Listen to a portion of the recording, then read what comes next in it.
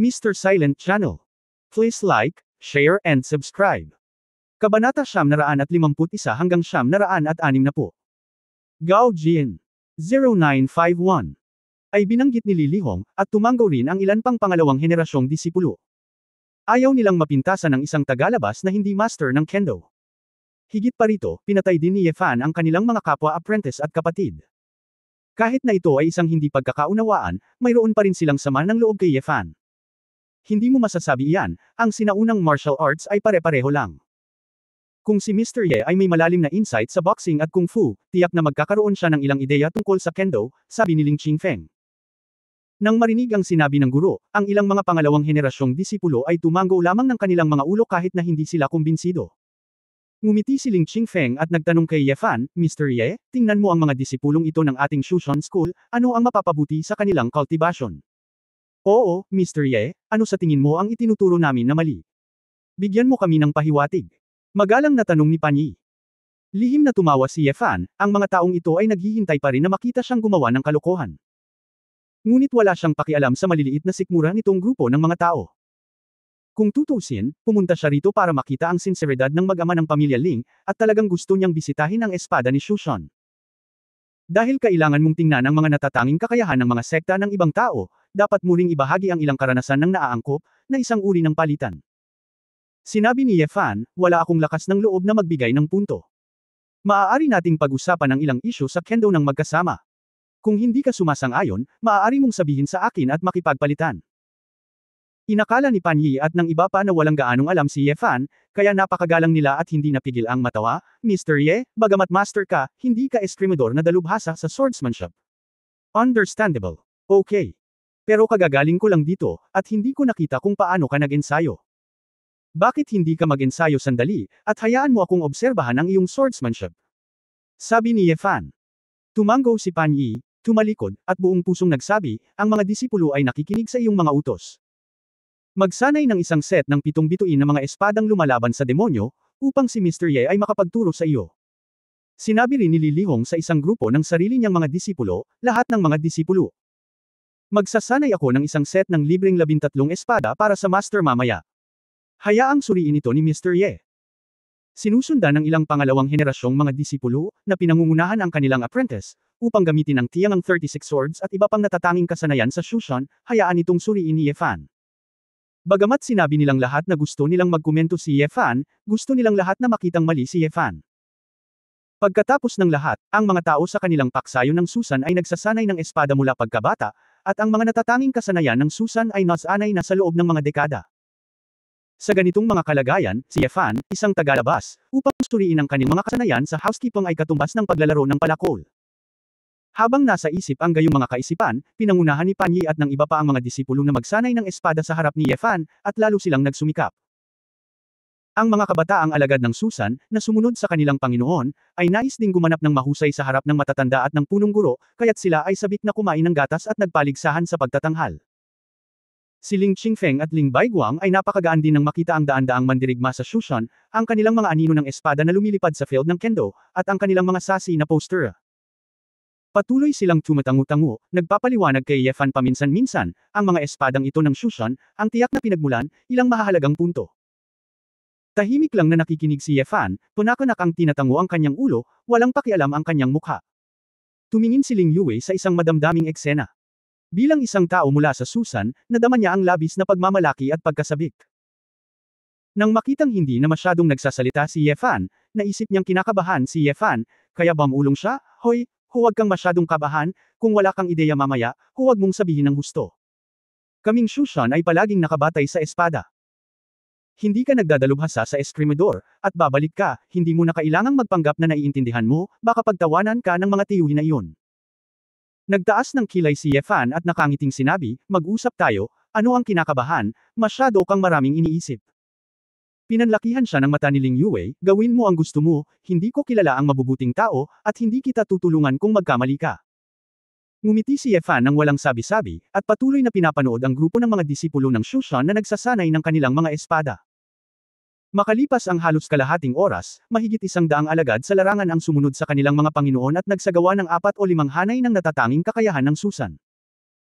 Ang mga disipulo ay nakikipagkumpetensya pa rin sa isa't isa, kaya't ang bawat isa sa kanila ay nagsanay ng gusto, at ang espada ay likas na napakalakas. Si Ling Qingfeng at Ling Baiguang ay labis na nasisiyahan sa pagganap ng mga disipulong ito, at nadama nila na ipinagmamalaki nila ang kanilang sariling sekta.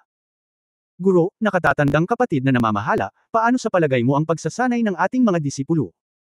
Napakagaling, napakasipag, Pan Yi, Li Hong, nagsumikap ka, may mga tao sa Shushan na may mga kahalili, haha. Hinaplos ni Ling Qingfeng si Longbeard na tumawa. Nagmamalaki si Pan Yi at tumingin kay Ye Fan, Mr. Ye, hindi ko alam kung ano ang nasa isip mo. Bahagyang ngumiti si Ye Fan, at sinabi, hindi naman ako mataas ang opinyon, ngunit mayroon akong kaunting opinyon. Oh, ano ang iyong opinyon? Ngunit hindi mahalaga, nagtatakang tanong ni Ling Qingfeng. Nag-isip sandali si Ye Fan at sinabing, bueno, mas mabuting sabihin ito ng intuitive. Ipapakita ko kung ano ang gusto kong ipahayag at ipapakita ito ng direkta. Maaari mong tingnan ito ng magkasama. 36 na espada, hindi ba't iba ito sa iyo? Ano? Nagulat si Pan Yi at ang iba pa. Mukhang nagulat din si Ling Baiguang, Mr. Ye, alam mo ba ang aming Shushan swordsmanship? Ye Fan, hindi ka nagbibiro, ang swordsmanship ay hindi lang pag-aaral ng hugis, hindi kasing simple ng pagguhit ng lang, ikaw ngayon ko lang ulit na panood. Sumimangot din si Ling Yue. Napabuntong hininga si Ye Fan, ang dami mong tanong, at titingnan ko kung paano ako magsasanay gamit ang espada mamaya, hindi mo ba alam? Halika. Sino ang magpapahiram sa akin ng espada na gagamitin? Inunat ni Ye Fan ang kanyang kamay, daan-daang tao ang nasa eksena, nagkatinginan silang lahat, na parang akala nilang lahat ay nagbibiro si Ye Fan. Sa huli, tumawa si Pan Yi at sinabing, matapang talaga si Mr. Ye, sige, gagamitin ko ang espada ko para sa iyo. Kinuha ni Ye Fan ang mabigat na broadsword na ibinigay ni Pan Yi, tumango, at naglakad papunta sa gitna ng field na napapalibutan ng daan-daang tao. Ang mga lolo't lola ng pamilyang Ling ay nanunood ng may pagkamausisa, habang si Pan Yi at iba pang mga disipulo sa ikalawang henerasyon ay may mentalidad na manood ng magandang palabas. Walang naniniwala na maipapakita ni Ye Fan ang kakaibang kakayahan ng Shushan sa pamamagitan lamang ng pagtingin dito ng isang beses. Ang punto ay ang ganitong uri ng espada ay hindi natututunan tulad nito. Ang mga pagbabago sa ilang mga detalye, ang puwersa ng ilang swordsmanship, ang pagbabago ng bilis, at ang timing ng pagbabago ng mga galaw ay mahirap para sa ilang mga tao na malaman sa kanilang buong buhay.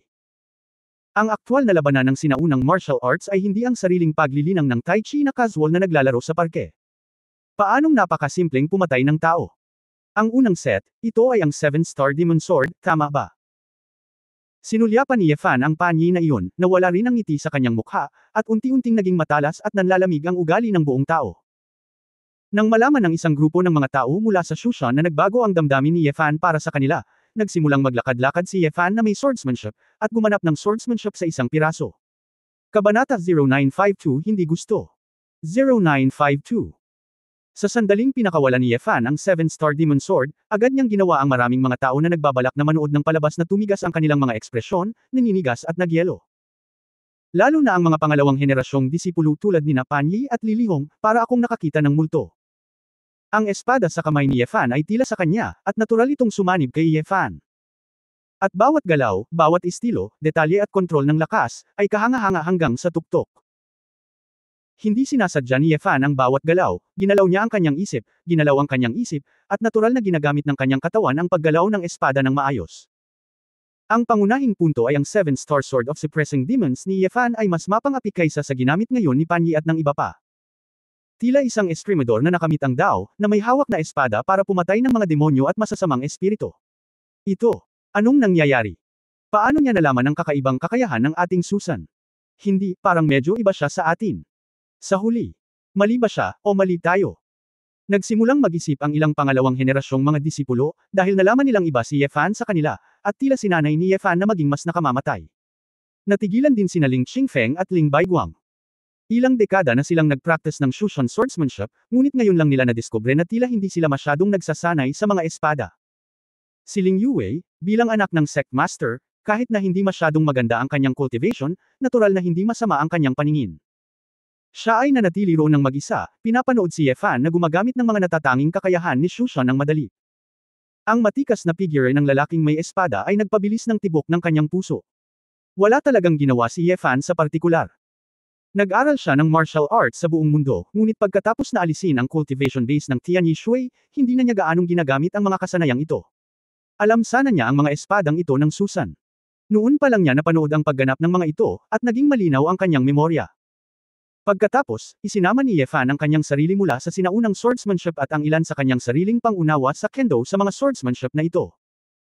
Bagamat kakaunti lamang ang ginawang pag-aayos, ang mga espadang ito ay agad na bumalik sa kanilang pinagmulan, na mas malapit sa kung ano ang orihinal na dapat.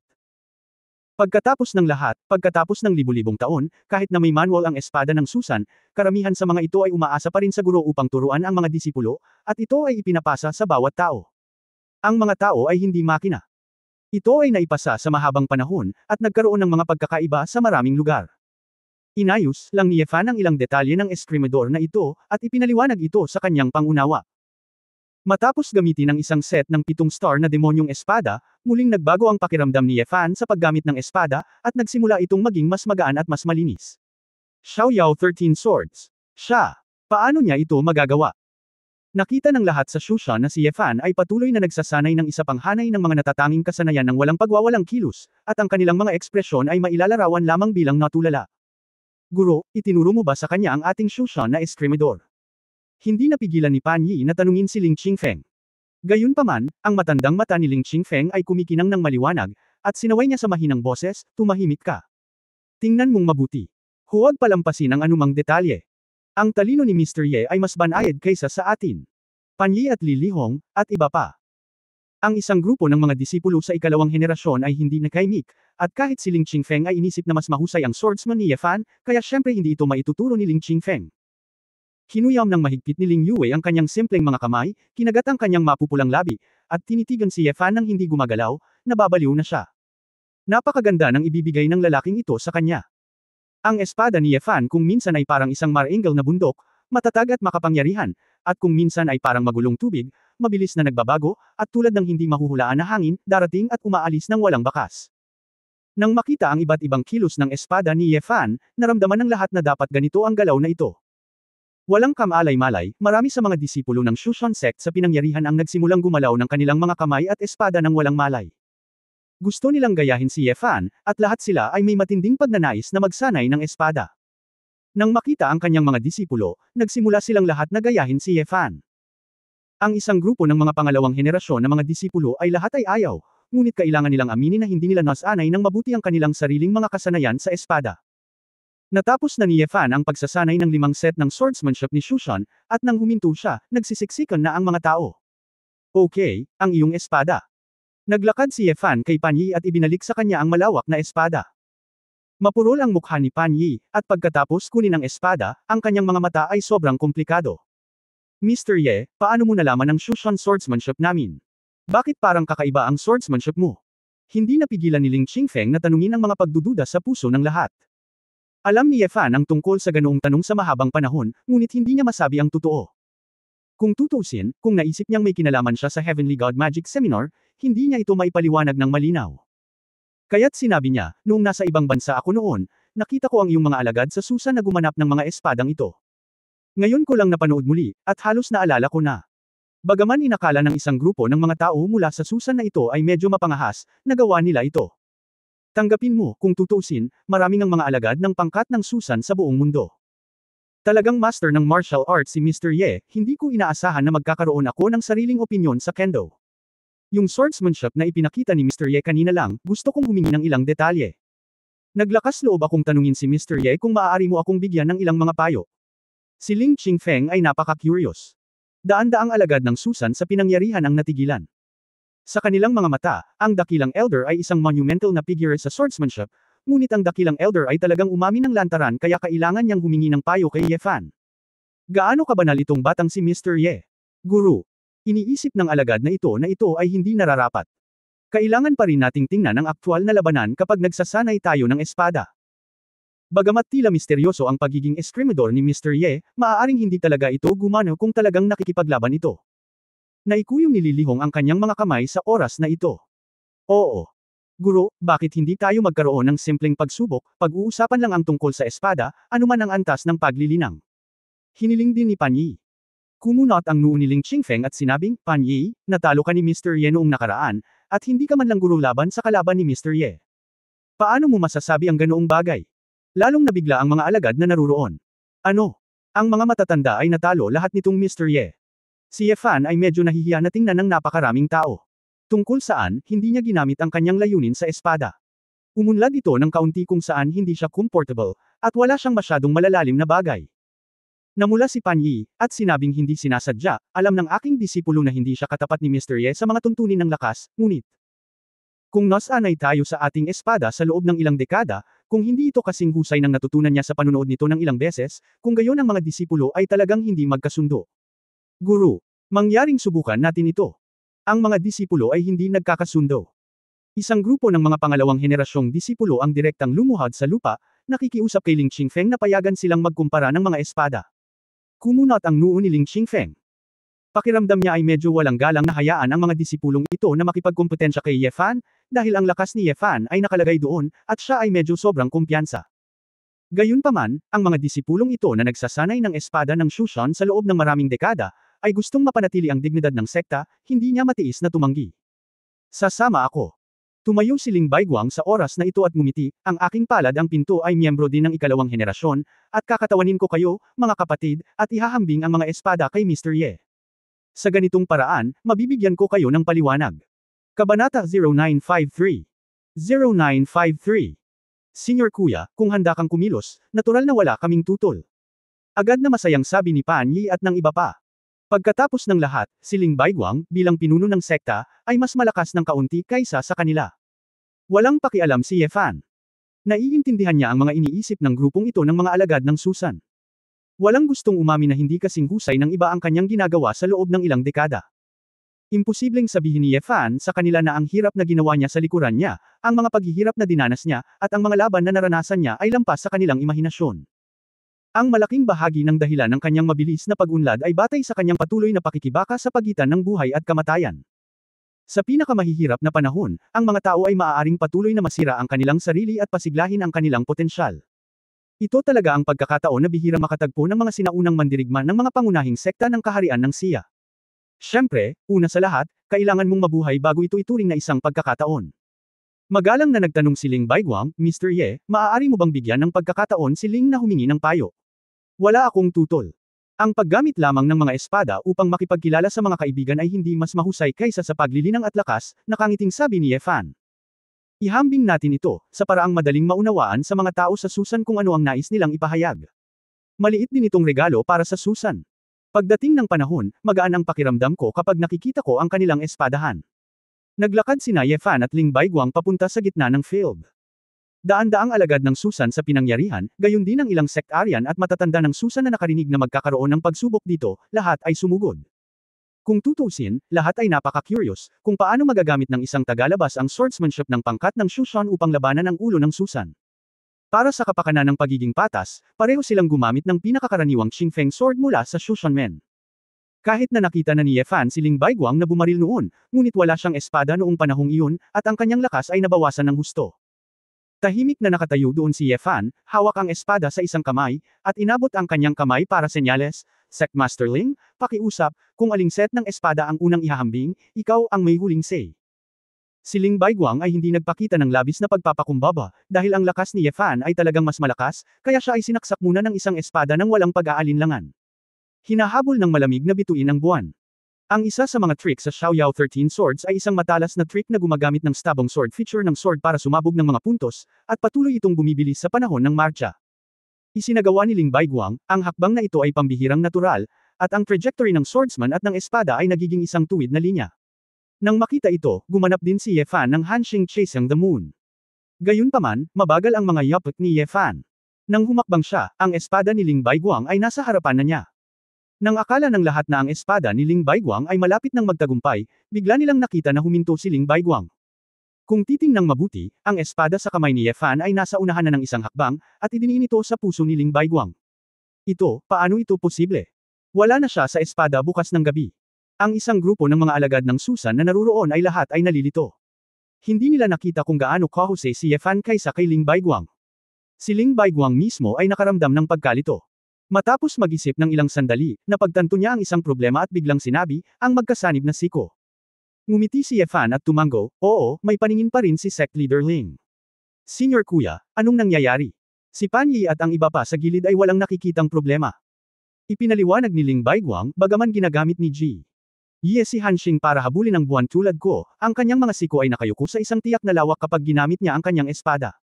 Iyon ay, kapag ang kanyang espada at ang akin ay malapit ng kumpletuhin ang pag-atake sa parehong oras, siya talaga ay may mas mabilis na shift sa kanyang siko. Gayunpaman, hindi ko masabi kung kailan lalabas ang kanyang shift, at hindi ko masasabi kung pipiliin niyang pumili ng espada sa kalagitnaan at magiging white crane spreading wing. Kapag binago niya ang kanyang mga galaw, mas mahihirapan akong bawiin ang espadang ito, at bumukas ng husto ang pinto sa gilid ko, kaya kailangan kong ipagtanggol.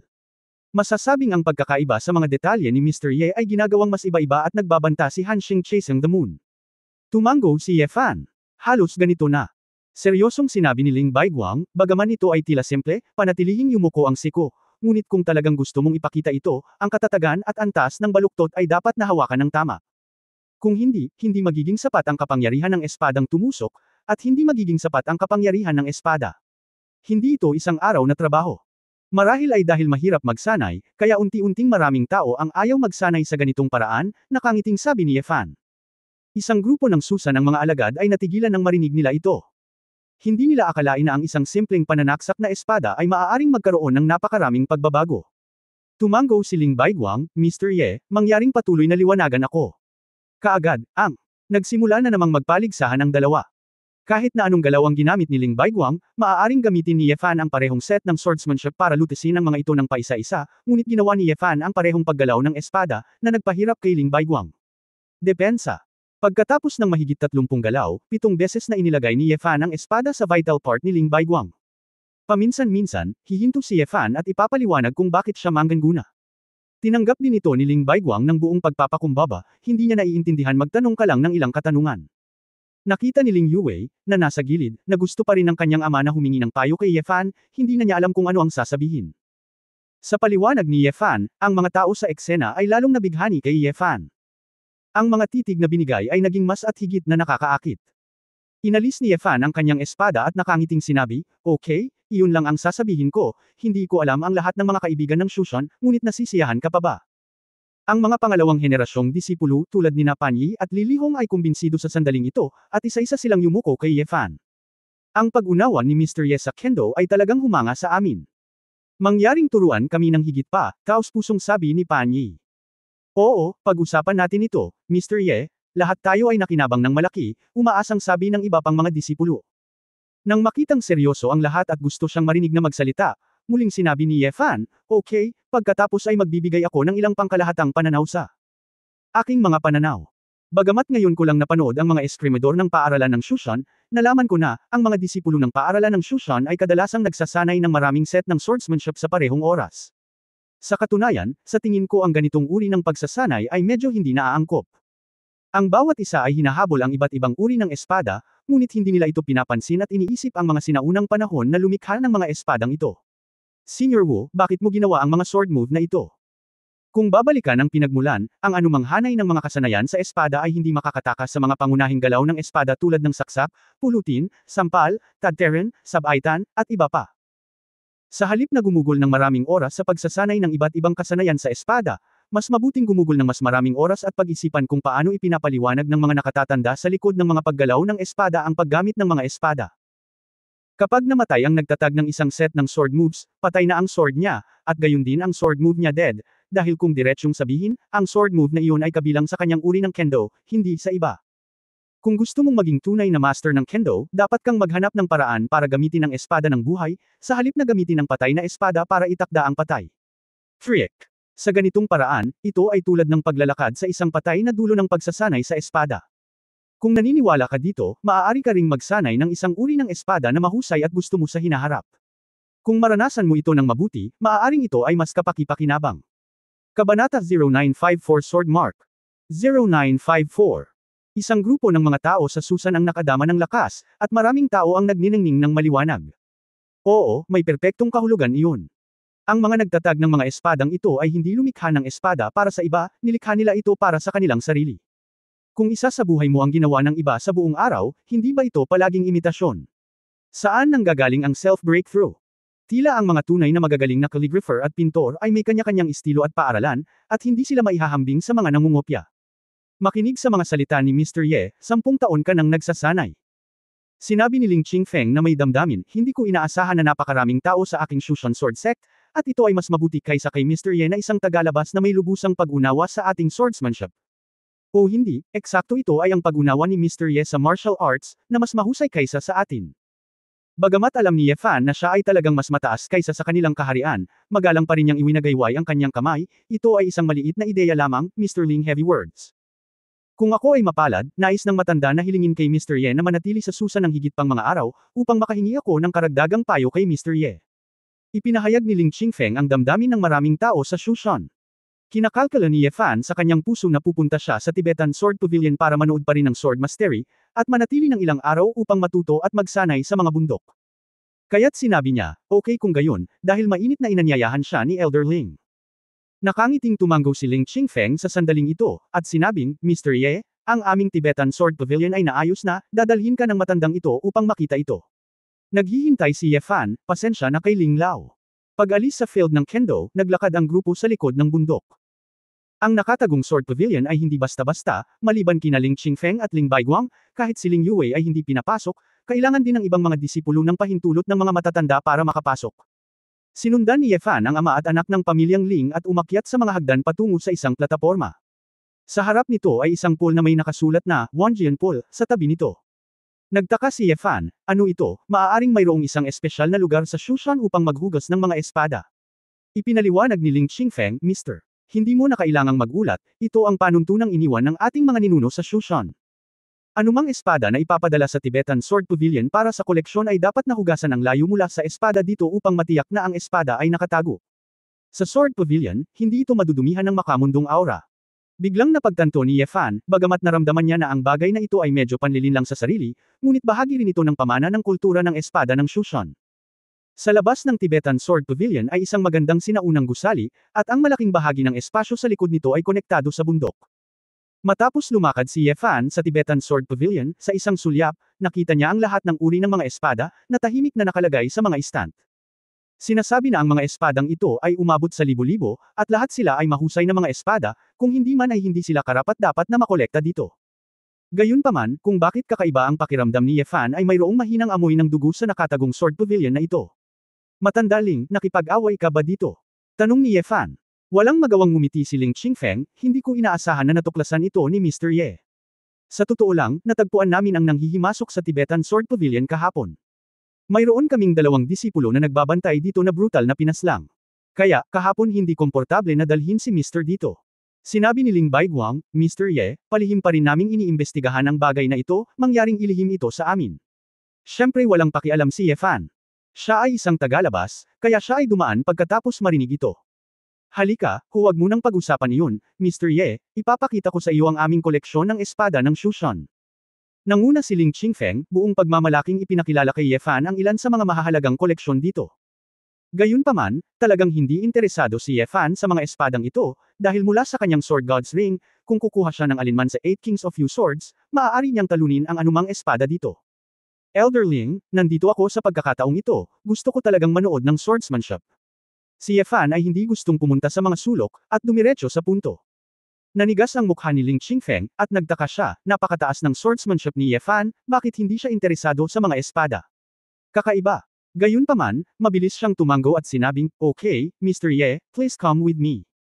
Ang Sword Mastery ay hindi nakalista sa anumang classics. Makikita mo lang ito kapag pumunta ka sa pinakamalalim na bahagi ng Hidden Sword Pavilion. Sinundan ni Ye Fan hanggang sa loob ng may luwang na bundok.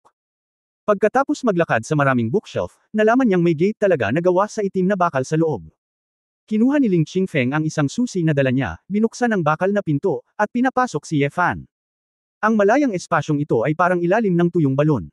Napapaligiran ito ng matataas na bangin, na umaabot hanggang sa itaas, na may bilog na butas sa itaas, na nagpapahintulot sa liwanag na pumasok mula sa labas.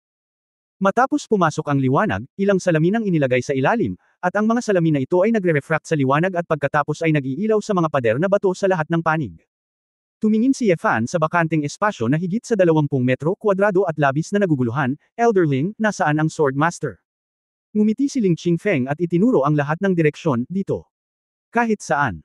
Tiningnan ni Ye Fan ng maigi at nalaman na may hindi mabilang na bakas sa mga pader na ito.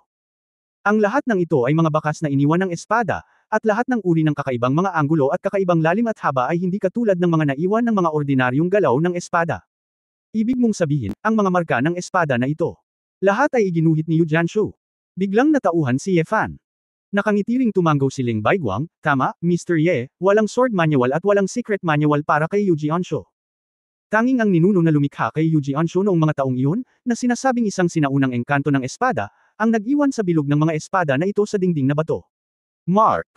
Ang dahilan kung bakit mahirap intindihin ang sword mastery, sa loob ng libu-libong taon, ang mga taong natuto nito ay natuto lamang ng pinakamalayo, tiyak dahil ito ay isang natatanging kasanayan na nakasalalay lamang sa perception at hindi mailarawan sa mga salita. Walang nakakaalam kung ano ang kumpletong pamamaraan ng pakikipaglaban sa espada. Natatakot ako na ang mga founding ninuno ay hindi alam kung paano ipaliwanag ito sa kanilang sarili, kaya maaari lamang silang umalis sa silid na batong ito. Kahit na, ang aming pangkat ng Shushan ay sinasabing lumitaw upang protektahan ang espada sa pader na batong ito. Siyempre, parang mga alamat din ito. Gumawa ng ilang hakbang si Ye Fan at pinanood ito ng ilang minuto, hindi alam kung tatawa o iiyak. Sa wakas ay naunawaan na niya kung bakit ang paaralan ng Shushan ay hindi nagtala ng sinuman na talagang nakakaunawa sa Escrimador mula pa noong mga ninuno. Sino itong magulong tumpok ng mga marka ng espada? Naiintindihan mo ba? Ang sword mastery ay kilala bilang paggamit ng sword energy upang kontrolin ang mga espada. Ito ay sapat na misteryoso. Walang tiyak na paliwanag para sa pamamaraan at mga galaw. Tinatayang maraming tao ang hindi alam kung saan magsisimula. Mas mabuting manatili sa pagkatulala. Magsasanay sa ibang mga bagay, habang lumilipas ang panahon, paunti-unti ang mga taong gustong magsanay, at mas kakaunti pa ang mga taong natuto nito. Bagaman ang matandang ito ay may kaunting natutunan, nasubukan na niya ito noon at gustong iguhit ang mga espadang ito sa batong pader na ito. Marks, ito ay kasing hirap abutin ng langit. Ang batong pader na ito ay naglalaman ng isang malaking halaga ng itim na bakal, at ito ay mahirap na hiwas sa pamamagitan ng ito, pabayaan mag-isa gumawa ng makinis na mga bakas kaya madaling. Bukod dito, maraming mga marka ng espada ang malinaw na nakumpleto sa pamamagitan ng ilang mga pagbabago. Ang mga ito ay lubhang maislan at simpleng kapansin-pansin. Hindi nakakagulat na ang mga alingawngaw ay iniwan ng mga sinaunang espada na walang kamatayan. Sabi ni Ling Qingfeng na may damdamin. Tumanggo si Ye Fan nang may pag-unawa at sinabing, pwede ba akong manatili dito sandali, gusto kong tingnang mabuti. Chapter 0955 Anong ginagawa mo? 0955. Naramdaman ni Ye Fan na kailangan niyang mag-isip ng tahimik mag-isa, kung hindi niya alam kung saan magsisimula kung maglalakad-lakad lang siya at manunood. Kung hindi niya alam na hindi magsisinungaling sa kanya ang mag-ama ng pamilya Ling, iisipin niyang kalokohan iyon. Paano magkakaroon ng gayong aklat ng espada? Sinabi ni Ling Qingfeng, syempre kaya mo, pagkatapos ay lalabas muna kami ni Bai Guang. Makatitiyak si Mr. Ye na manood dito. Walang papasok ngayon sa Tibetan Sword Pavilion. Maraming salamat kay Ling Lao. Alam ni Ye Fan na ito ay isang malaking pagtitiwala sa kanya. Pagkatapos ng lahat, ang Tibetan Sword Pavilion ay ang pinakamahalagang lugar sa Shushan. Hehe, napakagalang ni Mr. Ye. Napakabait ni Mr. Ye sa pamilya Kuling, hindi pa banggitin na ang Escrimador ay nagsisikap na makahanap ng tagapagmana sa loob ng libu-libong taon. Sa malakas na talento ni Mr. Ye, marahil ay talagang makukuha niya ang mahiwagang espadang ito. Sa mundong ito, nakangiting sabi ni Ling Qingfeng. Mapait na ngumiti si Ye Fan, naguguluhan pa rin ako, tingnan muna natin, hindi ako nangangahas na sabihin na mas matalino ako kaysa sa napakaraming nakatatanda, sa totoo lang ako ay isang uri ng paggugol ng oras at pagsusumikap, Elder Ling, huwag kang masyadong mapahiya. Malaking pag-asa. Mr. Ye ay hindi kailangang maging mahinhin, at hindi kami nag-abala, kaya lalabas muna kami. Hindi gaanong nagsalita sina Ling Qingfeng at Ling Baiguang, tumalikod at umalis sa Hidden Sword Pavilion. Nang tahimik ang silid, kumalma siya at sinimulang tingnan ang mga marka ng espada isa-isa. Habang nanunood, hinahaplos niya sa loob, kung anong uri ng landas ng espada ang maaaring maukit sa mga marka ng espada na ito. At anong uri ng mga batas at koneksyon ang mayroon sa pagitan ng mga marka ng espada na ito. Ngunit sa isang maikling sulyap, mayroong libu-libong marka ng espada, na umaabot mula sa ibaba hanggang sa pader na bato na 7 o 8 metro ang taas. Kinailangan ni Ye Fan ng mahabang panahon upang mabasa ang lahat ng mga marka ng espada na ito. Bago ko namalayan, dumidilim na ang langit. Sa kabutihang palad, malinaw na nakakakita ang mga mata ni Ye Fan sa dilim, ngunit hindi siya masyadong naapektuhan. Ang liwanag ng buwan ay tumama sa salamin sa gitna, ang salamin ay nagsimulang sumasalamin sa liwanag ng buwan, at ang nakapalibot na mga pader na bato ay naging mas malabo. Si Ye Fan ay nakatayo ng napakatagal, karamihan sa mga marka ng espada ay nasa isip na niya, ngunit wala pa rin siyang nakita. Kaya, kumigalang si Ye Fan at tumingala sa mga marka ng espada sa paligid ng pader na bato. Pagkatapos ng paulit-ulit na pagmamasid, biglang nalaman ni Ye Fan na may ilang mga marka ng espada. Pagkahiga niya at pagmasdan ito, parang iba sa nakatayo. Sumimangot si Ye Fan, mabilis na tumalikod, at natagpuan ang isa. Pagkatapos ng sword mark, nakatayo, naglupusay, at nakahiga, pagkatapos tingnan ito sa iba't ibang anggulo, nakita ko na ang sword mark ay parang hinihila habang nakahiga. Dahil, ang ibabang bahagi ng marka ng espada ay bahagyang mas pagod, na nagpapahiwatig na ang anggulo ng espada sa oras na iyon ay pataas. Sa ilalim ng normal na mga pangyayari, ang espada ay hindi magiging sanhi ng gayong marka ng espada. Pagkatapos ng lahat, ang taas ng mandirigma ay naruroon, at hindi kailanman magiging isang dwarf ang gumagamit ng espada dito. Ang dahilan ng naturang sword mark ay dahil, ang espada ng swordsmanship ay hindi hawak ng isang tao, ngunit ito ay malayang umaatake mula sa iba't ibang anggulo. Biglang nataranta ang isip ni Ye Fan. Oo. Kapag tinitingnan mo ang mga marka ng espada para sa iyong sarili, hindi mo ito maaaring tingnan mula sa pananaw ng tao, ngunit mula sa pananaw ng espada. Dahil, sa isang kahulugan, ang mga bakas na iniwan ng swordsmanship ay hindi artificial, ngunit mga espada. Matapos isipin ito, sinimulan ni Ye Fan na muling suriin ang bawat marka ng espada, iniisip na kung siya ang lumilipad na espada na lumilipad at nag-iwan ng mga marka noon. Pagkatapos, ang tilapon ng kanyang sarili, ang paraan ng puwersa, ano ang pagbabago sa dalas. Upang mas mapanood ang mga marka ng espada na ito, tumalon-talon si Ye Fan, at paminsan-minsan ay dumaraan ang ilang nakausling mga bato na nakakapit sa pader na bato. Umaasa sa kamanghamanghang pisikal na lakas, palagi niyang tinitingnan ang mga marka ng espada mula sa isang buong anggulo. Si Ye Fan ay parang espongha, baliw na hinihigop ang impormasyong iniiwan ng bawat marka ng espada sa sikretong silid. Paano ginawa ng maalamat na sinaunang espada na walang kamatayan ang lahat ng ito? Bago niya ito alam, hindi alam ni Ye Fan kung gaano na ito katagal. Naupo na siya nang nakakrus sa lupa, nakapikit, at puno ng mga marka ng espada ang kanyang isip. Ang pinagmula ng bawat isa ay mas malinaw kaysa dati. Kahit na alam niya ang landas ng paglipad ng espada, paano niya ginawang malayang kontrolin ang espada? Ang bilis ng koneksyon sa gitna at ang paraan ng paglipad ay tila iba. Bumulong si Ye Fan sa kanyang sarili, sa pag-aakalang nakita niyang naiintindihan niya ang mga marka ng espada na ito, ngunit nalaman niyang habang mas malalim ang kanyang pagtingin, mas hindi niya naiintindihan. Forget it, I remembered it anyway, labas muna tayo. Nakita ni Ye Fan na gumagabi na at gutom na ang kanyang tiyan, kaya naglakad siya palabas ng nakatagong sword pavilion. Ang maliwanag na buwan ay nakabitin sa mataas, at ang hangin sa gabi ay banayad. Sa labas ng Sword Pavilion, may 4 na tao mula sa Susan na nasa lugar na nagpapadalisay ng katawan na nagbabantay sa pinto. Nasa labas na si Mr. Ye. Magalang na sumaludo ang isang nangungunang doorman. Tumango si Ye Fan, kailan ka dumating? Hindi ba sinabi ni Elderling na walang darating ngayon? Sandaling natigilan ang may pinto, at saka ngumiti, Mr. baka masyado kang nabighani, 2 araw at gabi ka na doon, 3 gabi na ngayon. Ano? Natigilan si Ye Fan. Nagmamadali niyang nilabas ang cellphone niya. Halos mawala ng kuryente ang cellphone, at walang signal sa loob. Talaga, 3 araw na. Hindi alam ni Ye Fan kung tatawa o iiyak, si Elderling at ang iba pa talaga, huwag kang pumunta at sabihin sa akin. Narito na ang mga elder at ang sect master, kaya hindi natin dapat istorbohin si Mr. Ye, nakangiting sabi ng lalaki sa sekta. Ngumiti si Ye Fan at tumango, tinapik ang balikat ng lalaki, at naglakad pabalik sa kanyang guest room. Pagdating niya sa guest room, nakita niya si Ling Yue na nakatayo sa pintuan na may dalang basket. Miss Ling. Nagtaka si Ye Fan, hinihintay mo ba ako? Kalokohan, hindi kita hinihintay, may hinihintay ba akong multo? Inilibot ni Ling Yue ang kanyang mga mata. Kakaibang sinabi ni Ye Fan, paano mo nalaman na nakabalik na ako ngayon? Si Ling Yue ay gumawa ng isang kumpas sa telepono at sinabi ko sa nakatatandang kapatid ni Shou Zhangjiang, lumabas ka, tawagan mo ako. Nakaramdam si Ye Fan ng kakaibang pakiramdam sa kanyang puso, bakit ang babaeng ito ay labis na nagmamalasakit sa kanya. Sa pagtingin sa basket sa kamay ng babae, ito ay tila isang kahon ng tanghalian, at naramdaman niya na ang bagay ay napakaselan, at sinabi, natatakot si Miss Ling na ako ay nagugutom. 3 araw ka nang hindi kumakain, hindi ka ba nagugutom? Rhetorical na tanong ni Ling Yue. Gutom, totoo ang sinabi ni Ye Fan, at nahihiyang ngumiti, mabuti naman ngayon lang, pero naamoy ko na ang pagkain, at gutom na ako ngayon.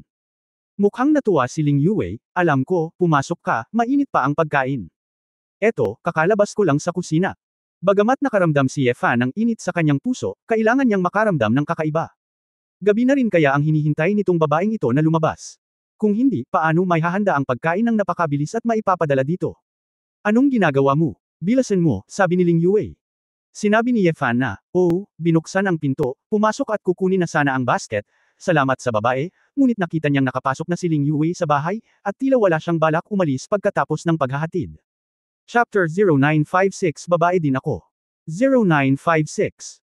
Hindi maitaboy ni Yefan ang babae, ngunit nang maisip niya ang pader ng banyo sa silid, mayroon pa ring maliit na puwang, at hindi niya maiwasang makaramdam ng kaunting kaba. Pagkapasok ni Ling Yue sa bahay, inilabas niya ang pagkain sa basket.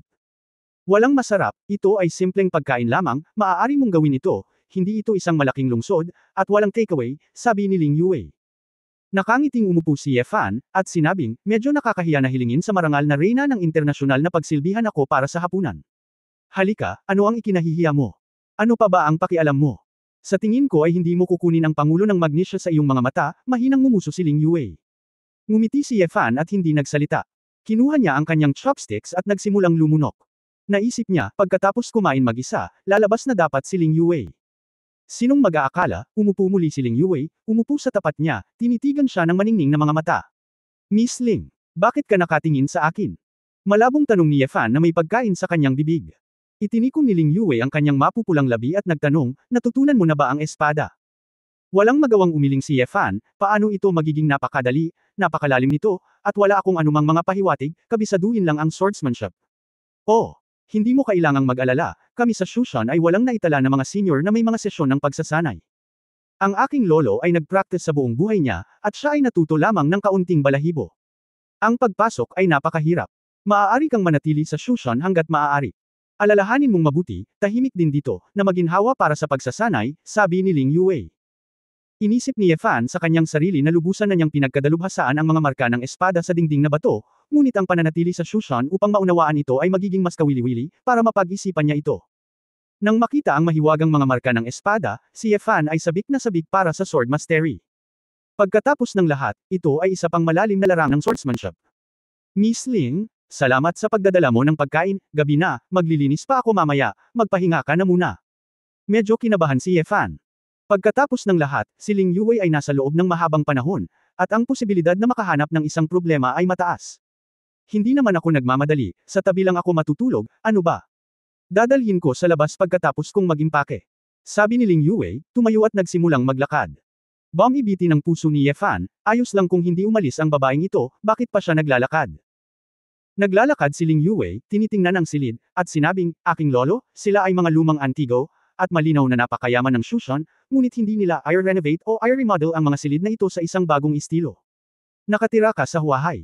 Napakalaking mansyon, nakatira sa isang mabahong maliit na silid dito, pasensya na talaga. Ngumiti ng pilit si Yefan, ayos lang, mas casual ako. Nang makitang papunta si Ling Yue sa banyo, nagmamadaling nagtanong si Yefan, Miss Ling. Pupunta ka ba sa banyo? Lumingon si Ling Yue, hindi, titingnan ko lang, idol pa rin ako. Ang puso ni Yefan ay nagtaas ng kanyang lalamunan ngayon, ngunit hindi mo maaaring hayaang mabilis na lumabas ang mga babae, hindi ba mas halata iyon? Sa kabutihang palad, pumasok si Ling Yue at naglakad-lakad, ngunit tila hindi niya napansin, kaya bumalik siya sa mesa at muling umupo. Hoy, Yefan, hayaan mo akong magtanong sa iyo, sabi ni Ling Yue na kumikislap ang mga mata.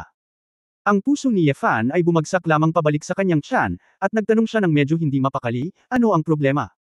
Ilang babae meron ka? Pagkatapos magtanong ni Ling Yue, nahiya ang kanyang mga mata at umiwas siya sa kaliwat kanan. Napangiti si Yefan na nahihiya, hindi marami.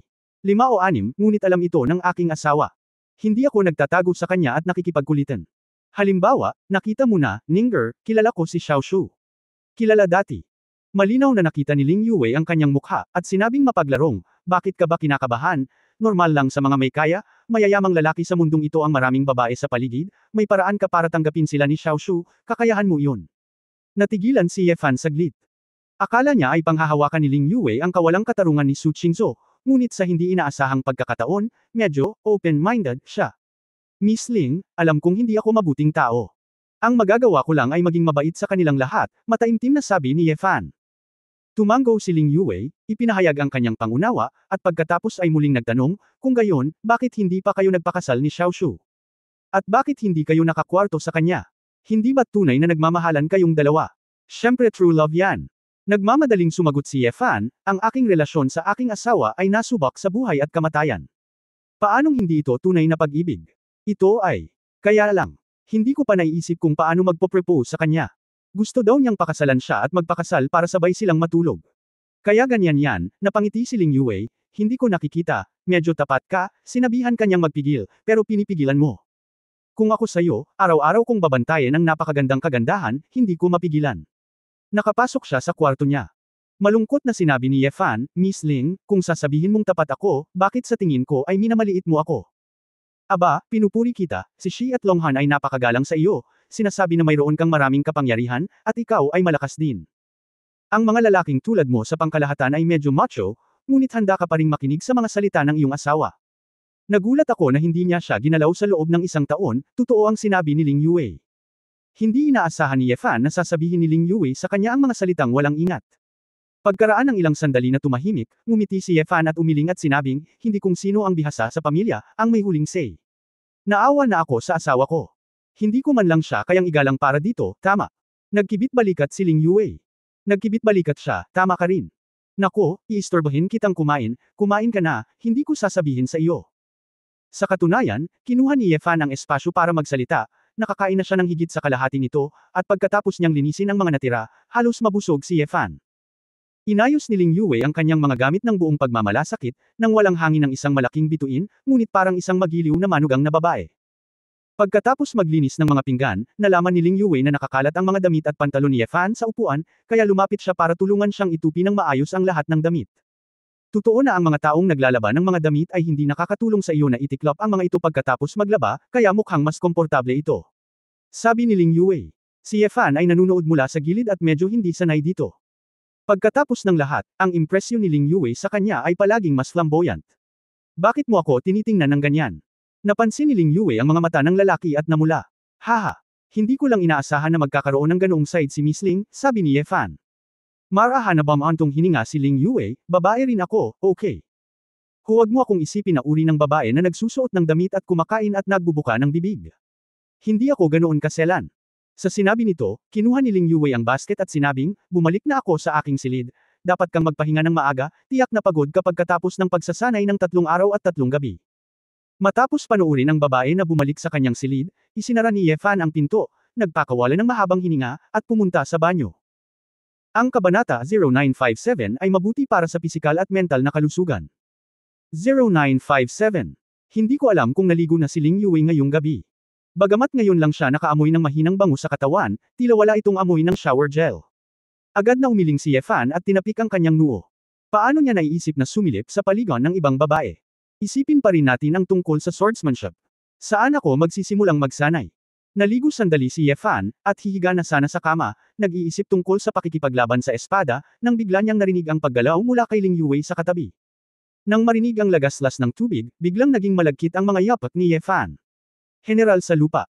Anyway, siya ay naliligo, kaya hindi niya maisip ang mga problema ng tahimik, siya ay walang ginagawa kapag siya ay walang ginagawa, at ang pagpapahalaga sa magagandang bagay ay dapat na isang magandang bagay para sa kanyang pisikal at mental na kalusugan. Nakahanap si Ye Fan ng daan-daang dahilan para sa kanyang sarili, at pagkatapos ay mahinahon siyang naglakad papunta sa dingding, at hinangaan ito sa maliit na butas. Ngayong gabi, hindi pa rin natutulog si Ye Fan. Hanggang madaling araw lang. Maagang umaga, lumabas si Ye Fan sa silid, at nang makita niyang muli si Ling Yue, binati niya ito ng napakanatural na ekspresyon. Gayunpaman, sa mga mata ni Ye Fan, na parang walang suot na damit ang babaeng nasa harapan niya, hindi may iwasang makaramdam siya ng bahagyang pangangati. Kasama ni Ling Yue, pumunta kina Ling Qingfeng at Ling Baiguang. Pagkatapos ng almusal, natural na nagtatanong si Ling Qingfeng tungkol sa karanasan ni Ye Fan sa swordsmanship. Hindi ito itinago ni Ye Fan, at ibinahagi ang ilan sa kanyang kasalukuyang mga insight sa swordsmanship. Nang marinig nila si Ye Fan na nagsasalita tungkol sa marka ng espada, at mula sa iba't ibang anggulo, mas maraming impormasyon ang makikita, ang pamilya Ling at ang kanilang anak ay halatang nagulat. May ganoong paraan pala ng interpretasyon. Pagkatapos basahin ng ilang dekada, hindi ko inaasahan na makikita ko sa ibang anggulo. Pinag-iisipan ko kung paano gamitin ang lakas ng espada para kontrolin ang espada, para makaguhit ako ng ganoong marka ng espada, ngunit hindi ko naisip na may mga mas komplikadong pagbabago sa paglipad ng espada. Bamantong hininga si Ling Qingfeng at umiling, Mr. mas komplikado ka talaga kaysa sa amin. Pangunawa. Nakangiting sinabi ni Ye Fan, ang bahaging ito ay swerte, lahat ay binibigyang pansin ang iba't ibang mga punto, hindi ito nakikita, ito ay normal, si Elder Ling ay hindi kailangang masyadong mag-alala. Mapait na ngumiti si Ling Qingfeng, sa totoo lang, kahit na mapansin mo, ito ay gagawing mas komplikado lamang ang pag-aaral ng swordsmanship. Labis na ang pag-aatubili para sa matanda na kontrolin na lang ang espada, lalo pat gawing mas maraming pagbabago ang espada. Naalala ni Ye Fan ang eksena ng pag-atake ni Ling Qingfeng gamit ang swordsmanship noong panahong iyon, na talagang medyo monotonous. Bukod sa pag-ikot, ito ay isang tuwid na pag-atake, simpleng paraan tulad ng paglaslas at pagsaksak, kumpara sa pagiging komplikado ng mga marka ng espada na naiwan sa dingding na bato, ito ay masyadong mahina. Pagkatapos ng lahat, kapag ang espada ay maaaring lumipad ng malaya, maaari itong magkaroon ng walang katapusang mga posibilidad sa bawat sandali, at ang mga multo at Diyos ay hindi mahuhulaan. Mr. Ye, itong swordsmanship, ang matandang ito ay may ilang mga opinyon, hindi ko alam kung interesado ka. Makinig ka. Tanong ni Ling Qingfeng. Si Ye Fan ay natural na masaya, tumango at nagsabi, Elder Ling, pakisabi sa akin. Pinangangatwiran ni Ling Qingfeng ang kanyang mga iniisip bago sinabing, ang lahat ng mga ninuno ng ating paaralan ng Shushan ay nagsabi na ang sword laslas ay ang pundasyon ng sword fighting. Ang sword wielding technique ay nangangailangan ng paggamit ng sword chi upang gumana. Habang binabalot ang pangunahing espada ng sword chi, ginagamit nito ang paraan ng pagmamanipula ng sword chi upang kontrolin ang espada. Pagkasabi noon, binago ni Ling Qingfeng ang kanyang mga salita. At sinabing, ngunit. Matapos na halos hindi makontrol ng matanda ang espada para sa 12-dosenang magkasunod na galaw, nalaman niya na kahit na ang sword chi ay makapangyarihan, hindi ito kasing dali ng kontrol ng totoong chi. Ang sword chi, pagkatapos ng lahat, ay isang explosive na paraan ng pag-atake, hindi isang pangmatagalang paraan. Gayunpaman, kung pupunta ka sa Yujian na may mahusay na kontrol adong Zinki, ang bilis at lakas ay bababa ng husto, na parang itatapon mo lang ang espada, na mas hindi maipapayo. Kinusot ni Ye Fan ang kanyang mga mata, kaya, kung magkatugma ang dalawa, maaaring mas mabuti. Tama iyan, tumanggo si Ling Qingfeng at sinabi, sa tingin ko ang Escrimador ay isang pagpapakita ng kontrol ng Escrimador sa espada, isang napakataas na estado. Kung makokontrol mo ng mabuti ang sword chi, dapat kaya mong kontrolin ang swordsmanship. Pagkatapos magsanay ng mabuti, hindi bababasa, naisip ng matandang ito na ito ang unang hakbang. Ito ay A. Nakakaawa, ilang dekada nang nagsasanay ang matanda, ngunit hindi niya makontrol ng mabuti ang sword chi, kaya kung susubukan niyang gumamit ng higit sa 30 mga diskarte sa pakikipaglaban sa espada, siya ay ganap na mawawalan ng kapangyarihan. Labanan. Naunawaan ito ng husto ni Ye Fan, ngunit pagkatapos marinig ang mga salita ni Ling Qingfeng, may iba siyang naisip. Kung ang enerhiya na inilabas ng isang pangunahing espada tulad ni Jian Qi ay kayang kontrolin ang espada. Kung gayon, paano ang sword intent? Sword intent, masasabing pinagsasama ng sword chi ang kapangyarihan ng langit at lupa. Ito ay isang uri ng enerhiya na ang kaharian ng Escrimador ay nakataas sa isang tiyak na lawak, at pagkatapos ay binibigyang kahulugan ng espada. Kung ikukumpara sa purong sword chi, ang sword wheel mismo ay ipinanganak mula sa sariling persepsyon ng swordsman, kaya ang sword wheel ng bawat swordsman ay iba, at ito ay kinokontrol din ng swordsman mismo. Kung gagamitin mo ang sword intent para pumunta sa Imperial Sword, mas maganda ba ang epekto kaysa sa sword energy? Oh! Sa katunayan, dapat muna nating maunawaan ang kahulugan ng espada bago tayo pumunta sa espada. Biglang nagkaroon ng matinding pagnanasa si Ye Fan. Bigla siyang tumayo at sinabing, lahat, hahanap ako ng lugar para magsanay ng sword fighting. Pagkatapos ng tanghalian at hapunan, huwag kang mag-alala sa akin. Nakinig si Ling Yue, at mabilis na nagtanong, saan ka magsasanay? Nagmamadaling sumabad ni Ling Baiguang, huwag kang magtanong, Ji. Dapat ay mayroon kang kaunting pananaw, hayaan siyang maghanap ng lugar upang magsanay ng mga espada ng tahimik, at huwag itong abalahin.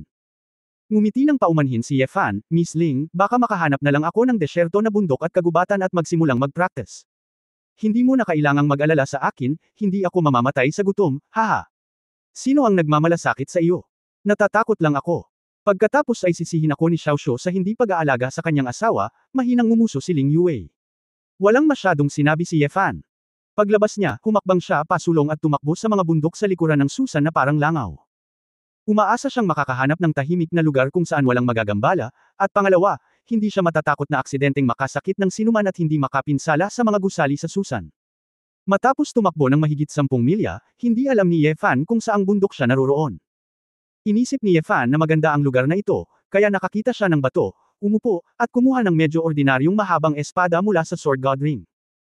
Si Ye Fan ay may hawak na mahabang espada, ang espada ay kikilos ayon sa gusto niya, at kapag siya ay umindayog, ang espada ay parang isang invisible na talem, na direktang naghihiwa ng bato na mahigit 10 metro ang layo sa kalahati. Matapos kumpirmahin ang lakas ng layunin ng espada na may hawak siyang mahabang espada, ipinasok ni Ye Fan ang mahabang espada sa lupa at binitawan. Pagkatapos, huminahon si Ye Fan, naisip na ang sword intent ay naging kamay niya, at pagkatapos ay itinaas ang espada. Ang sword intent na nabuo sa pamamagitan ng kapangyarihan ng langit at lupa ay madaling nabunot ang mahabang espada, gayunpaman, ang mahabang espada ay umiindayog sa hangin, at hindi ito masyadong matatag. Gamit ang isang wave ng kamay ni Ye Fan, ang mahabang espada ay lumipad patungo sa nabasag na bato sa di kalayuan, na nakabalot sa isang sword intent. Kabanata 0958 Kumain ng manok. 0958. Keng. Nagkaroon ng tunog ng impact, at ang bato ay natambo ng maraming mga labi, at ang espada ay natusok din. Gayunpaman, ang gayong mapangwasak na kapangyarihan ay higit na mas masahol kaysa sa espada ngayon. Maging ito ay kapangyarihan, bilis, kontrol, o iba pang mga bagay, ito ay tila napakawalang lasa, at hindi ito kapaki-pakinabang sa aktwal na labanan. Si Yefan ay hindi masyadong nabigo. Normal ang ganoong resulta. Kung pinagkadalubhasaan niya ang pamamaraan ng pakikipaglaban sa espada ng sabay-sabay, walang sinuman sa Susan ang talagang natututo nito sa loob ng libu-libong taon. Mula sa isang puro practice point of view, si Yefan ay palaging napakatyaga at matyaga, kung hindi ay hindi niya masisira ang kanyang panloob na lakas, at siya ay tumaas sa isang napakataas na antas sa loob ng 3 taon. Maaari siyang magsanay ng isang nakakainip na set ng mga galaw ng napakatagal ng hindi sumusuko, at hindi siya maiinis tungkol sa pagsasanay ng swordsmanship, na talagang nakakatuwang. Kaya, nagsimulang gamitin ni Yefan ang layunin ng espada para ipatawag ang espada, at pagkatapos ay kinokontrol ang espada upang lumipad sa paligid, at nagsanay ng mga kasanayan sa pakikipaglaban sa espada. Ang pagsasanay na ito, isang araw ang lumipas, ngunit hindi nakaramdam ng pagod si Yefan. Sa halip, natuwa siya sa unti-unting matatag na kontrol ng lumilipad na espada. Walang pakialam si Yefan kung madilim man sa gabi, ipinagpatuloy niya ang pagsasanay sa kanyang kakayahan sa pakikipaglaban sa espada, at patuloy niyang naaalala sa kanyang isipan kung paano ang mga marka ng espada sa mga pader ng bato ay sanhi ng pagmamanipula. Gayunpaman, nalaman ni Yefan na kung gusto niyang gayahin ang ganoong uri ng marka ng espada, ang kanyang antas ay malayo sa sapat. Ang espada ay hindi kayang gumawa ng ganoong komplikadong mga pagbabago, at kailangan itong magkaroon ng ganoong uri ng kapangyarihan. Kaya, huminahon si Yefan at nagpatuloy sa pagsasanay ng matatag na kontrol sa lumilipad na espada mula noong hating gabi. Mula sa simula ng pag-indayog, hanggang sa kinabukasan ng tanghali, medyo stable na ang paglipad ng espada. Gayunpaman, natuklasan ni Yefan ang higit pang mga problema. Kapag hawak niya ang espada sa kanyang kamay, madali siyang makakagawa ng iba't ibang pagbabago sa espada, at ang kontrol sa layunin ng espada ay libre din. Gayunpaman, kapag ginamit mo ang sword intent para kontrolin ang sword, nangangahulugan ito na ang sword intent ay nakakulong at nagiging paraan ng pagkontrol sa sword. Kung tuwirang sabihin, sa proseso ng pagmaster ng espada, ang espada ay naging hadlang, hindi isang katulong. Kung hindi maipaliwanag ng lumilipad na espada ang kahulugan ng espada, ano ang silbi nito? Ang kapangyarihan ay hindi kasing ganda ng layunin ng espada.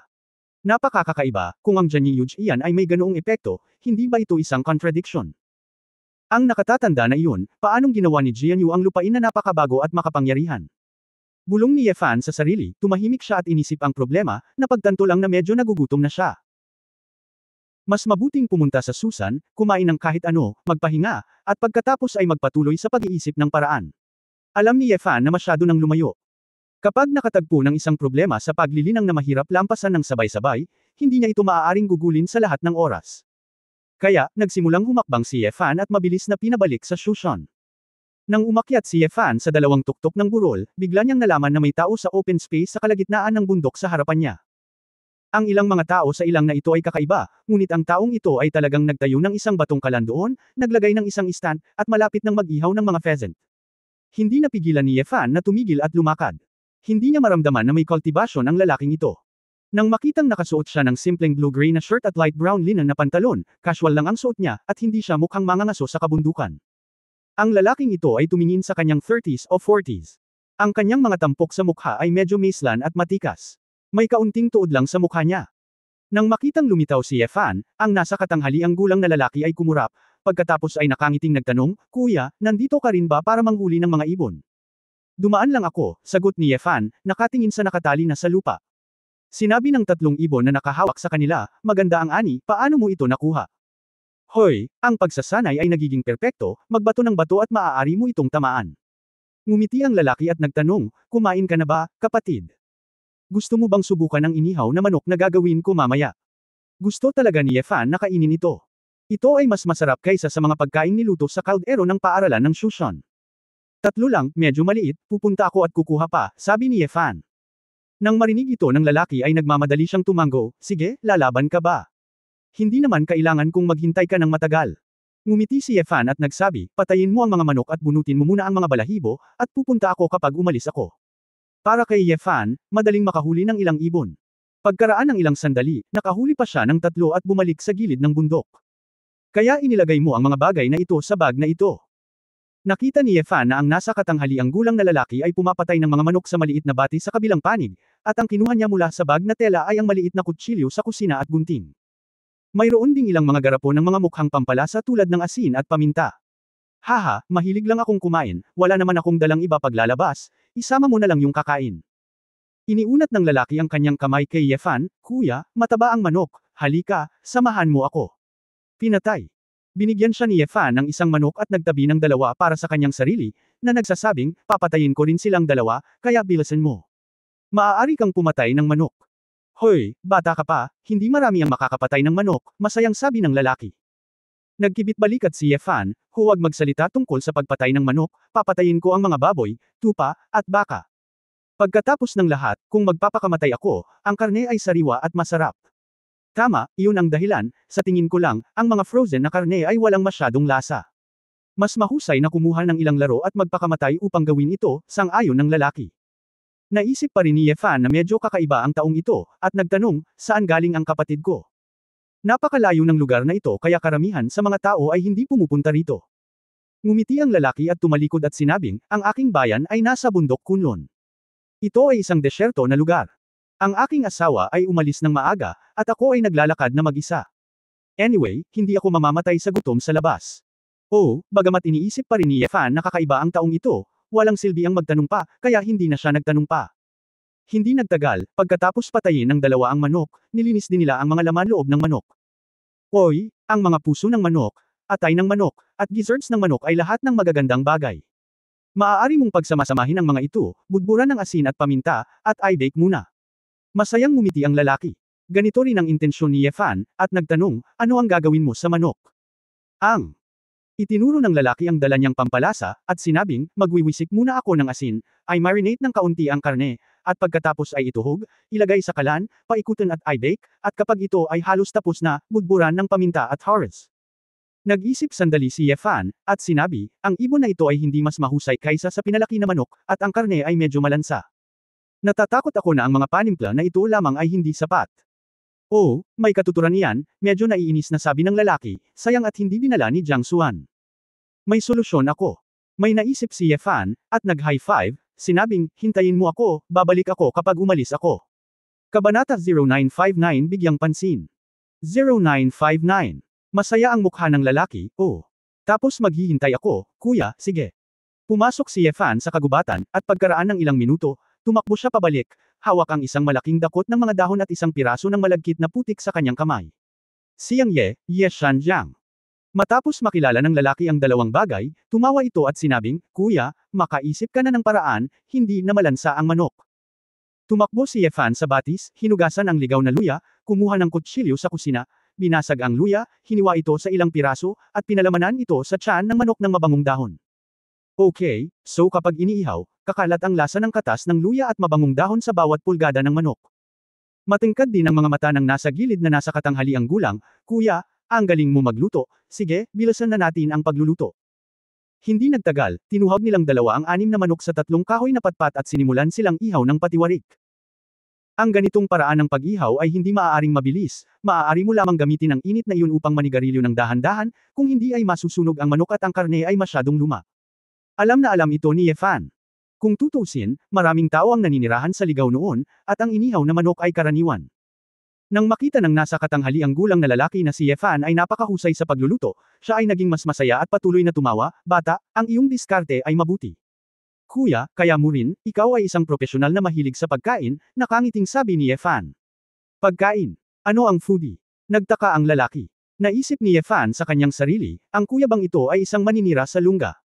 Walang internet access. Ang foodie ay isang taong nagbibigay pansin sa pagkain, at gustong kumain, sabi ni Yefan. Biglang natauhan ang lalaki, tumanggaw siya at sinabing, ibig sabihin, syempre foodie ako, wala akong pakialam sa isusuot ko, dapat pansinin ko ang kinakain ko. Kung hindi, nakakatamad mabuhay. Pagkasabi nito, bumantong hininga ang lalaki at sinabing, kung pag-uusapan, ang aking 2 anak na lalaki ay hindi talaga nakatutok sa pagkain, at hindi nila kayang magprito ng isang nilagang itlog mag-isa, kaya hindi ko masyadong gusto ang 2 batang iyon, at hindi sila masyadong partikular sa kanilang buhay. Little kapatid, magaling ka talaga, mahilig kang kumain, at kaya mong gumawa ng sarili mo, ang taong ganyan ang tunay na paraan para mabuhay sa mundo. Tiningnan ni Yefan ang hitsura ng lalaki, iniisip na dapat ganoon din ang kanyang mga anak. Pupunta sa middle school o kung ano, kaya sinabi niya, ilang bata ngayon ang marunong magluto. Normal lang. Mga bata. Napakurap ang lalaki. Oo. Kuya, matanda na ba ang anak mo? Nagtataka si Yefan. Agad na tumawa ang lalaki, tumango at sinabing, oo, 2 asno lang yan. Haha. Hindi ka man lang marunong magprito ng nilagang itlog, 2 tanga, haha. Nagulat si Yefan saglit, nakakatawa ba ito? Sa unang pagkakataon na nakita ko ang ama na nagsabi ng tungkol sa kanyang anak, malamang na ang kanyang 2 anak na lalaki ay medyo nakakaawa. Pagkatapos ng lahat, ang aking ama ay pumunta sa Shushan mula sa Kunlun upang magkaroon ng picnic. Alam ng Diyos kung paano nakipagkasundo ang 2 anak sa kanilang mga lolo't lola. Nagkwentuhan at nagkwekwentuhan ang 2, at siya nga pala, kumain sila ng offal skewers bilang pampaganya. Nalaman ni Yefan na hindi gaanong alam ng lalaki ang tungkol sa ilang mga bagong bagay, lalo na ang ilang bagay sa internet, marahil dahil nanatili siya sa kabundukan ng mahabang panahon. Ngunit walang pakialam si Yefan, at matiyagang nagpaliwanag sa kanya ng ilang bagay, ngunit mabilis na naintindihan ng lalaki. Matapos may ihaw ang 6 na manok, naglalaway na si Yefan sa halimuyak. Kuya, 3 ka, 3 ako, at ibibigay ko sa iyo ang pinakamalaki. Tutal ikaw naman ang gumawa ng kalan, paano? Pakialam mo, tanong ni Yefan. Nakangiting tumango ang lalaki, okay, Little brother, I like your temperament, you are very direct in your work and talk, and you are very particular. Hindi alam ni Yefan kung tatawa o iiyak. 2 estranghero ang nagkataon. Nagsama-sama silang kumain ng manok. Ang manok ay inihaw pa lamang, kaya natural na napakainit nito, ngunit ang pisikal na fitness ni Yefan ay walang pakialam sa temperatura. Kaya niyang labanan si Feng Yan saglit. Kaya, hindi nagatubili si Yefan, ibinuka ang kanyang bibig at kinagat ito. Sa sorpresa ni Yefan, ang nasa katanghaliang gulang na lalaking ito ay hindi na hinintay ang palamig na magsimulang kumain kaagad, kumain ng may sarap. Napakabango, sok. Kapatid, napakaganda mo sa ligaw na luya at mabangong dahon. Sa tingin ko kailangan nating bigyan ng pangalan ang roasted pheasant na ito. Mukhang seryoso ang lalaki, hindi nagbibiro. Naputol ni Yefan ang isang paa ng manok, kumagat ng malaking kagat, at hindi malinaw na nagtanong, ano ang pangalan? Bakit hindi ito tawaging focus on roast chicken? Seryosong tanong ng lalaki. Ubo. Ubo. Gitling. Direktang nabulunan si Yefan, gustong-gustong pag-alitan ng, baliw ka, ngunit hindi naman kailangang maging estranghero ang lahat, kaya ngumiti siya at sinabing, hindi na kailangan, kumain ka ng manok, okay masarap kumain, hindi kailangang kumuha ng pangalan. Tumango ang lalaki, tama ka, kaya huwag mong kunin. Pinanood siya ni Yefan na nagpipista, at hindi maiwasang magtanong, kuya, sa tingin mo ba ay mainit ito? Hindi mainit, masarap kapag mainit, malabong sabi ng lalaki, puno ng mantika ang bibig. Naisip ni Yefan sa kanyang sarili, malamang na ang taong ito ay sobrang mahilig sa pagkain, at sanay na siyang kumain ng mainit na pagkain. Pagkatapos kainin ang lahat ng buto ng manok, naglakad si Yefan papunta sa batis ng bundok, uminom ng matamis na bukal, at komportableng tinapik ang kanyang tiyan. Kung iisipin ko ang barbecue kanina, hindi ko na kailangang kainin yung malalaking kaldero ng kanin sa Susan. Sa ganitong paraan, hindi ko na kailangang bumalik sa Susan pansamantala.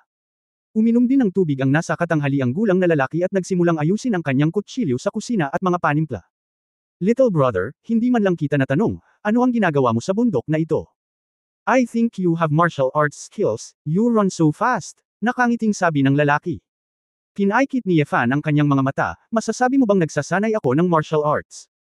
Oy, hindi naman karaniwan, alam mo, medyo marami ang nagsasanay ng martial arts sa aking bayan, nakangiting sabi ng lalaki habang inaayos ang kanyang mga gamit. Tumango si Yefan. Sa katunayan, ang pangkat ng Kunlun ay naroroon, at talagang maraming pagkakataon para sa mga ordinaryong tao na makakita ng mga mandirigma. Nagpa-practice ako dito, pero may nakita akong hindi ko maisip, kaya gusto kong huminto at maghanap ng makakain, pero nakilala kita, kapatid, sabi ni Yefan. Practice. Anong klaseng kung fu ang pinapractice mo? May alam din naman akong kung fu, baka pwede nating pag-usapan. Nakangiting tumingin ang lalaki kay Yefan, at ang isang pares ng tila walang malasakit na mga mata ay nagpakita ng medyo hindi mahulaan na hitsura. Bahagyang naramdaman ni Yefan sa kanyang puso na ang lalaking ito ay naghihinala sa buong katawan niya, ngunit kapag nakaharap sa kanyang mga mata, hindi siya makakaramdam ng panganib, ngunit handang makipag-usap sa kanya. Nagsasanay ako ng swordsmanship, naiintindihan mo ba? Sabi ni Yefan. Nag-click ang lalaki sa kanyang dila, Jian, intindihin natin ng kaunti. Pero anong problema mo? Si Yefan ay walang ginagawa kapag siya ay walang ginagawa. Bagamat sa tingin niya ay hindi masasagot ng taong ito ang sarili niyang tanong, napakabait niya. Para sa kapakanan nito, saglit niyang sinabi ang sarili niyang mga contradiction, paano magiging perpektong pinagsama sina Janyi at Yuji Ian sa halip na magkasalungat. Pagkatapos magsalita, nakita ang lalaki na nakasimangot at hindi tumutugon, napabuntong hininga si Ye Fan. Ako ay talagang may sakit at nagpunta sa doktor. Magtanong sa isang mountain foodie, ano ang masasabi niya sa iyo? Hikayati ni Ye Fan, kapatid, hindi mo na kailangang isipin ang tungkol dito. Ito ay napaka-abstract. Hindi ito isang problema na madaling maunawaan, at hindi ito isang problema na madaling malutas. Sa loob ng libu-libong taon, walang sino man ang talagang nagsasanay sa paaralan ng Shushan. Knowing that swordsmanship, we had a great time eating today, so let's just let it go. Inayos ng nasa katanghali ang gulang na lalaki ang kanyang backpack, isinuot ito sa kanyang katawan, tumayo, at ngumiti ng mabait, bata, kahit na hindi ko pa nakikita ang swordsmanship na iyong binanggit, hindi ko pa nakikita ang layunin ng iyong espada, ngunit sa palagay ko ay maaaring masyado mong kinuha ang iyong espada bilang isang espada, kaya ang iyong espada ay isang espada lamang. Napakaraming espada. Bilang isang espada. Sa una ay walang naramdaman si Ye Fan nang marinig niya ito, ngunit ibinaba niya ang kanyang ulo at nag-isip ng kaunti, bigla. Isang ideya ang biglang pumasok sa kanyang isipan na nagpang-inig sa kanyang kaluluwa. Sa liwanag at bato, bigla niyang nasilip ang susi sa paglutas ng problema. Senyor, ibig mong sabihin.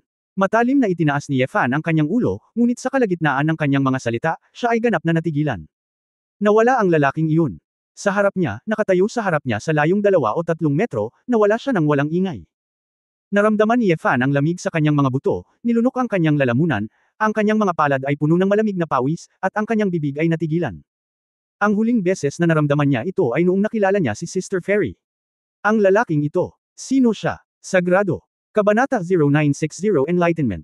0960. Ay nakatayo roon ng higit sa 10 minuto bago tuluyang kumalma si Ye Fan. Sa mundong ito, talagang may mga nakatagong dragon at nakayukong tigre. Ang fairy sister na nakilala ko 4 na taon na ang nakararaan, at ang foodie na nakilala ko ngayon, ay ginawang hindi mahusgahan ni Ye Fan ang kanilang lakas. Dahil sa pagkakaroon ng ganoong karakter, hindi kailanman nang ahas si Ye Fan na pakawalan ng kanyang paglilinang, dahil alam niyang isa lang siyang pulaka sa balon, at napakalawak ng mundo sa labas. Masyadong maraming espada. Tinuturing itong isang espada. Ibinulong ni Ye Fan ang pangungusap na ito, puno ng emosyon. Maaaring hindi marinig ng iba ang pangungusap na ito, ngunit para sa isang tulad niya na nakaunawa na sa layunin ng espada at kapangyarihan ng langit at lupa, ang bawat salita ay nagkakahalaga ng 1,000 pirasong ginto. Matapos huminga ng malalim si Ye Fan, huminahon siya, ang kanyang anyo ay tila naging isang bagzo ng hangin sa bundok, at mabilis na tumawid sa mga bundok at kagubatan. Ang mahabang espada sa kanyang kamay, sa mabilis na paggalaw, ay natural na gumuhit ng layunin ng espada. Minsan ang sword intent ay matalas at matalas, minsan ang sword intent ay kahanga-hanga, at minsan ito ay matikas at maliksi. Nararamdaman, at naiintindihan ni Ye Fan ang sarili niyang sword intent sa mas malalim na antas, na naiintindihan ng banayad na koneksyon sa pagitan ng sword intent at heaven and earth. Naisip na niya ito, ang master na nag-iwan ng mga kamanghamanghang marka ng espada at ipinasa ang husay ng swordsmanship, hindi mahalaga kung siya ay isang sinaunang eskrimador o hindi, kahit isang bagay ang tiyak. Bilang isa. Ito ang dahilan kung bakit, ang kanyang mga kasanayan sa pakikipaglaban sa espada ay maaaring gumawa ng espada na gumuhit ng isang marka ng tibak na kakaiba na hindi ito tulad ng isang espada na maaaring gumuhit. Ang kanyang espada ay matagal nang nalampasan ang kaalaman ng mga ordinaryong tao sa mga espada. Sa katunayan, ginamit niya ang espada upang maunawaan ang Dao, at pagkatapos maunawaan ang lahat ng bagay sa mundo, ginamit niya ang espada upang ilarawan ito.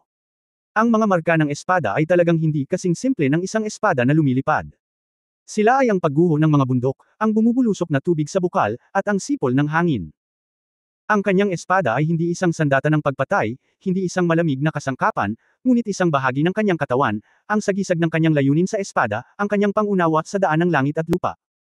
Bago si Ye Fan, bagamat sinubukan din niyang sumanib sa espada, lalo na pagkatapos ng labanan kay Kapitan Oleg, mayroon din siyang nararamdaman, ngunit hindi niya ito lubos na nahawakan. Lalo na noong ginamit niya ang sword intent to control the sword, itinuring niya pa rin ang sword bilang isang espada. Dahil ang espada ay isang bagay sa labas ng katawan, paano ito ganap na maisasama sa kanyang layunin ng espada? Tanging kapag mayroon kang espada sa iyong kamay, isang espada sa iyong puso, at isang may espada, maaari mong ganap na maging bahagi ng iyong katawan ng espada. Sa oras na iyon, ang espada ay hindi na magiging isang dayuhang bagay, ito ay magiging sariling kamay, isang paa, ang sagisag ng sariling kalooban, at syempre, ito ay magiging bahagi din ng pag-unawa sa layunin ng espada. Ang sword intent ay isang pagpapakita ng kapangyarihan ng langit at lupa, at bawat halaman at puno sa pagitan ng langit at lupa, mga bulaklak, mga ibon, isda at mga insekto, at maging ang paghahalili ng mga panahon, ang araw, buwan, at mga bituin ay maaaring maging bahagi ng sword intent. Sa ganitong paraan, ang kakayahang makabisado ang swordsmanship ay katulad ng lahat ng bagay sa mundo, nagbabago at hindi mahuhulaan. Ito marahil ang dahilan kung bakit, ang ninuno na nagpasa ng pamamaraan ng pakikipaglaban sa espada, ay hindi nagtala ng anumang salita at espada. Paano naitala ang sword intent? Paano ilarawan ang kaharian ng Kendo? Ang lahat ng ito ay kanya, at kung sasabihin niya ito sa iba, hindi ito maiintindihan ng iba, ipaliwanag ito sa mga salita. Kung naiintindihan mo ito, ibig sabihin ay naiintindihan mo ito, ngunit kung hindi mo ito naiintindihan, kahit paano mo ito pag-usapan, ito ay walang kabuluhan. Sa katunayan, ang bawat eskrimador ay may iba't ibang pangunawa sa espada at ang pangunawa sa lahat ng bagay sa mundo. Hanggat ang eskrimador na nakabisado ang layunin ng espada at nagsanay ng pamamaraan sa pakikipaglaban sa espada, magkakaroon siya ng iba't ibang pangunawa at interpretasyon, at imposibleng magsulat ng anumang mga manual ng espada at mga magic formula sa stereotype na paraan. Matapos biglang pumasok ang buong ideya, si Yefan ay nasa mabuting kalagayan, at sumigaw ng ilang beses sa mga bundok at kagubatan. Ang saya ay hindi may larawan. Sa isang malinaw na layunin, natural na magsanay ng higit pa ng walang mga distractions. Sa buong hapon, hindi alam ni Yefan kung ilang kalsada ang tinahak niya o kung ilang burol ang kanyang nadaanan. Siya ay nagsagawa ng espada ng maluwag at nagsumikap upang makamit ang kaharian ng pagkakaisa ng tao at espada. Ito ang pundasyon ng swordsmanship, at dapat siyang lumaban ng tuloy-tuloy. Bago mo alam, ang araw ay nagiging gabi. Sa tuktok ng isang tigang at tigang na bundok, isang liwanag ng espada ang tumama sa tuktok ng bundok. Parang kutsilyong naghihiwa ng tofu, ang matigas na tuktok ng bundok na ito, isang malaking bato na tumitimbang ng 12-dosenang tonelada, ay direktang naputol. Habang gamulong pababa ang malaking bato, ang tuktok ng bundok ay napatalas saglit. Kung may ibang makakita sa eksenang ito, matatakot silang magsalita. Hindi ito nagsasanay ng espada, ito ay ang maalamat na walang kamatayang gumagalaw na bundok. Kung ito ay may hawak na 12-dosenang mga espada, ang bundok na ito ay hindi dapat direktang patagin. Dumaong ang figure ni Yefan sa tuktok ng bundok. Tiningnan niya ang mahabang espada sa kanyang kamay, ngunit kalmado ang kanyang mukha. Ang kapangyarihang ito ay hindi karaniwan sa kanyang opinyon. Sa totoo lang, hindi niya maramdaman, hawak niya ang espada, dahil parang parte ng katawan niya ang espada. Subukan nating muli ang swordsmanship. Bulong ni Yefan. Sa sandaling gumalaw ang kanyang isip, bumitaw si Yefan, at ang mahabang espada sa kanyang kamay ay mabilis na lumipad palabas na may layunin ng espada. Ikanaway ni Yefan ang kanyang kamay sa kalooban, at umikot si Feijian sa hangin, bumalik sa kanya, nakabitin sa hangin, napakatahimik at hindi gumagalaw. Tumawa si Yefan. Bagamat hindi siya masyadong makapangyarihan, ang kanyang kontrol kay Yuji Ian ay halatang lubos na napabuti. Matapos ibalik ang espada sa Sword God Ring, tumayo si Yefan at bumalik sa pangkat ng Shushan. Nawala ng kuryente ang kanyang mobile phone, at matagal na siyang hindi nakikipag-ugnayan sa kanyang pamilya at mga babae. Natatakot din siya na baka may mangyari. Gayunpaman, alam na niya kung paano magsanay ng swordsmanship, at maaari niya itong sanayin ng higit pa araw-araw sa hinaharap. Pagbalik ko sa paaralan ng Shushan, halos alas 10 na ng gabi. Hindi maiwasan ni Yefan na magtaka nang makita niyang nag-ayos si Shushan ng maraming bantay na nagpapatrulyang mga disipulo. WHO. Nagulat ang isang disipulo ng Shushan nang makita niya si Yefan na biglang nahulog mula sa langit. Itinaas ni Yefan ang kanyang kamay at ngumiti, "Ako ito." "Nako, Mr. Ye. Patawarin mo ang kabastusan ng mga nakababatang henerasyon. Ito ay talagang isang tarangkahan ng bundok na may lahat ng mga damo at puno." Nagtanong si Yefan, bakit napakaraming tao ang nagpapatrolya? Ano ang nangyari? Ilan sa mga nagpapatrolyang disipulo ay mukhang malungkot. "Mr. Ye, maaaring 2 araw ka nang wala. Kagabi, mayroon kaming 4 na tiyuhin na nilaso ng iba. Hiniling sa amin ng master na maging ganap na magbantay at mag-ingat sa muling pagpasok ng mga nakatagong kaaway," sagot ng disipulo. Sumimangot si Yefan. Sa paghusga mula sa mga batayan ng paglilinang ng mga disipulong ito, ang kanilang mga tiyuhin ay dapat na mga disipulo sa ikalawang henerasyon. Ang mga taong iyon sa henerasyon ni Ling Baiguang ay tinatansya na may hindi bababa sa kaharian ng paglilinis ng katawan, at 4 ang magkakasunod na namatay. Hindi mo pa alam kung sino ang mamamatay tao. Tumango si Yefan, "I say, ingat kayo at ligtas, kakausapin ko ang ulo ninyo."